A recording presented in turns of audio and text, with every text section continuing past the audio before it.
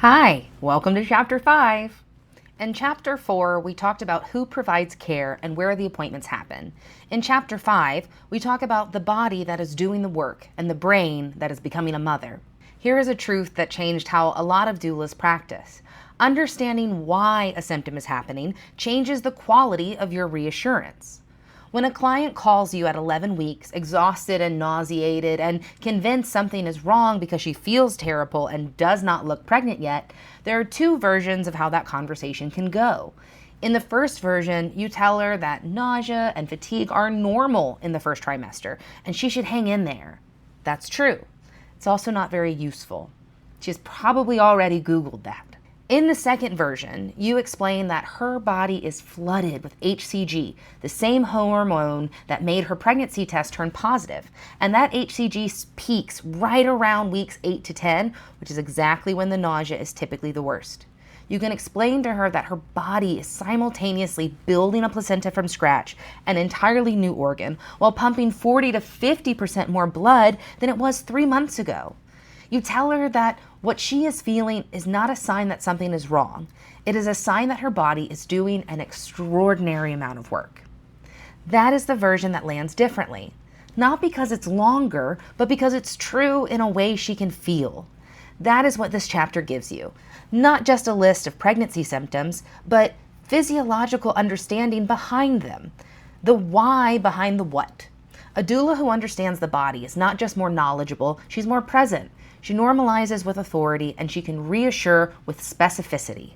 Before we get into the trimesters, there is something else you need to understand first. Something happening not just in the body of your pregnant client, but in her brain, her identity, her sense of self.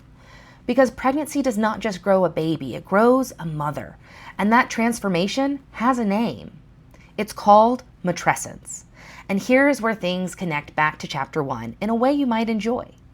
In 1973, the same year Dr. Dana Raphael introduced the word doula to modern use, she also coined another term that never quite got the same attention: matrescence. She borrowed the structure from adolescence because she recognized that becoming a mother shares something fundamental with becoming an adult. It's prolonged, disorienting, profound reshaping of your identity, your body, your brain, and your relationship to the world. And like adolescence, it is turbulent precisely because of how real it is. For most of human history, we had language for what happened to a woman when she gave birth. We called it motherhood. But we did not have language for that process of getting there. We treated it as instantaneous. You were pregnant, then you were a mother. What happened in between was largely unnamed and therefore was largely unsupported. Recent research has given us something new. A study published in Nature Neuroscience found that pregnancy produces significant and lasting changes in the gray matter of the brain, specifically in regions associated with social cognition, the ability to read other people's emotions, intentions, and mental states. These changes persisted for at least 2 years after birth. The researchers could predict with nearly perfect accuracy which women in the study had been pregnant in the previous 2 years based on their brain scans alone. It's not damage, it's specialization. The brain is becoming more finely tuned for the specific demands of caregiving. What looks from the outside like forgetting where you put your keys is at the neurological level a brain reassigning resources towards something it has decided is more important than where you left your keys. Many of your clients will feel like they're losing their mind at some point in pregnancy, forgetful, emotional, like they do not quite recognize themselves. Knowing the word matrescence is often a relief in itself. Having language for an experience that felt unspeakable makes it a little more survivable, so teach this to your clients. One more thing before we get into the trimesters. The families you serve will not all look the same. They will not all have arrived at this pregnancy the same way. Clients who have conceived through assisted reproductive technology may have years of grief and disappointment behind them by the time they reach viable pregnancy. Then there are our LGBTQ+ families that may have specific sensitivities about language and assumptions. And clients with previous pregnancy loss live every milestone in the shadow of what had happened before. Your clinical knowledge applies equally to all of them. Your emotional attunement to each specific journey requires something more. Use the language they use. Follow their lead. Let them set the pace of hope. Okay, the trimesters. The first trimester is the hardest trimester and the one where support is the most invisible because it happens before anyone can see the pregnancy. Driven by HCG, which peaks around 8 to 10 weeks, it drives nausea, and by progesterone, which is a sedating at pregnancy levels, and is why first trimester fatigue is so profound. 70 to 80% of pregnant women experience nausea, and despite the name morning sickness, it can hit at any time of day. Your job in the first trimester is believing what your clients tell you about how she feels. Even when nothing is visible, confirm it. 4 hormones are running most of the show in pregnancy, and it helps to know their jobs. HCG, the hormone of the positive pregnancy test, peaks at weeks 8 to 10 and is the primary driver of the nausea. Progesterone is sedating at pregnancy levels, which is why first trimester fatigue is so profound. It also relaxes smooth muscle throughout the body, which slows digestion and contributes to heartburn. Estrogen drives the increase in blood volume, supporting the growth of your uterus and your breast, and rises steadily across all 3 trimesters. And relaxin. The name tells you what it does. It loosens ligaments and connective tissues to allow the pelvis to expand for birth. It also loosens ligaments everywhere else in the body, which is why pregnancy affects joints from the hips to the wrists. One specific teaching point that matters more than most doulas realize is the neural tube, the structure that becomes the brain and the spinal cord. It closes within the first 28 days of pregnancy, and that's often before a client has even taken a pregnancy test. This means that by the time she knows she's pregnant, that critical development window may already be closed.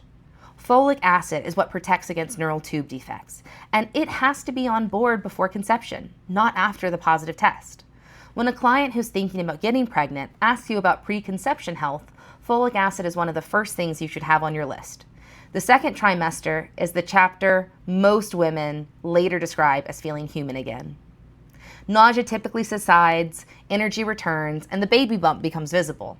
The milestone most clients talk about is quickening, the first time they feel the baby move, typically between weeks 18 and 22 for first-time moms. This is when many of your most substantive prenatal conversations are going to start. The window matters. Use it for real conversations about birth preferences, fears, and comfort measures. The third trimester is the home stretch. It's also for many women the hardest stretch. There's difficulty sleeping, heartburn, lightning crotch, which is the sudden sharp electric shock sensation when the baby's position temporarily compresses a nerve. You might experience nesting or a mixture of anticipation, impatience, excitement, and fear that can shift from hour to hour. By the end, many women are ready to be done being pregnant, but also terrified of what comes next at the same time. All of that is normal. Now, the why behind the what. And I want to give you one example so you have a sense of what this chapter does. Blood volume.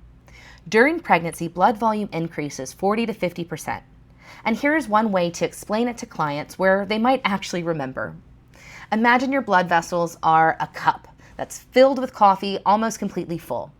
Now imagine if someone hands you another half cup of coffee and says, "Here, fit this in there too." The coffee would just overflow unless you could somehow make the cup bigger. That's exactly what your body does. It releases hormones that loosen the walls of your blood vessels so they can expand and hold more. And that one change explains so many symptoms. The dizziness when she stands up too fast, because the relaxed blood vessels let the blood pool in her legs instead of returning quickly to her brain. The swelling in her feet and her ankles, excess fluids seeping into tissues where gravity pulls it. That racing heartbeat as the heart is working 10 to 20 extra beats per minute to move all that extra blood around. The varicose veins, the extra pressure pushing veins to the surface. Even the pregnancy glow, more blood flowing near the skin surface. And here's the critical teaching point about blood pressure. You cannot feel your blood pressure getting high the way you can feel your heart racing. By the time your blood pressure causes symptoms that you can feel, like sudden swelling in the face and the hands, a severe headache, vision changes, or pain underneath the ribs, it may already be dangerous. That's why prenatal appointments matter even when she feels fine. This chapter is going to walk through the major body symptoms in this same way. The respiratory system, the digestive system, relaxin and joints, the skin. Read it, sit with it. The more you understand the mechanism, the more useful you can become. One quick safety flag before we close, because this one comes up and I want you to know it. Mild itching as the skin stretches is normal. Severe, intense itching, especially on the palms of the hands or the soles of the feet, is not. That can be a sign of cholestasis of pregnancy, a liver condition that requires medical evaluation and monitoring. Don't reassure your client with severe palm or sole itching. Refer them immediately. Read Chapter 5 carefully. Sit with the matrescence framing and the brain research. Learn the cup of coffee explanation by heart so you can use it with your clients. Know your trimester timing for things that scare people, like quickening or the nausea peak. The more you understand the physiology, the more present you become at every single visit and every single phone call. And before you move on, ask yourself one question. Whose voice in your own life has known how to normalize something for you with authority instead of just kindness? What was the difference in how they said it? That is what this chapter is teaching you to become, for the women who will trust in you. I will see you in Chapter 6.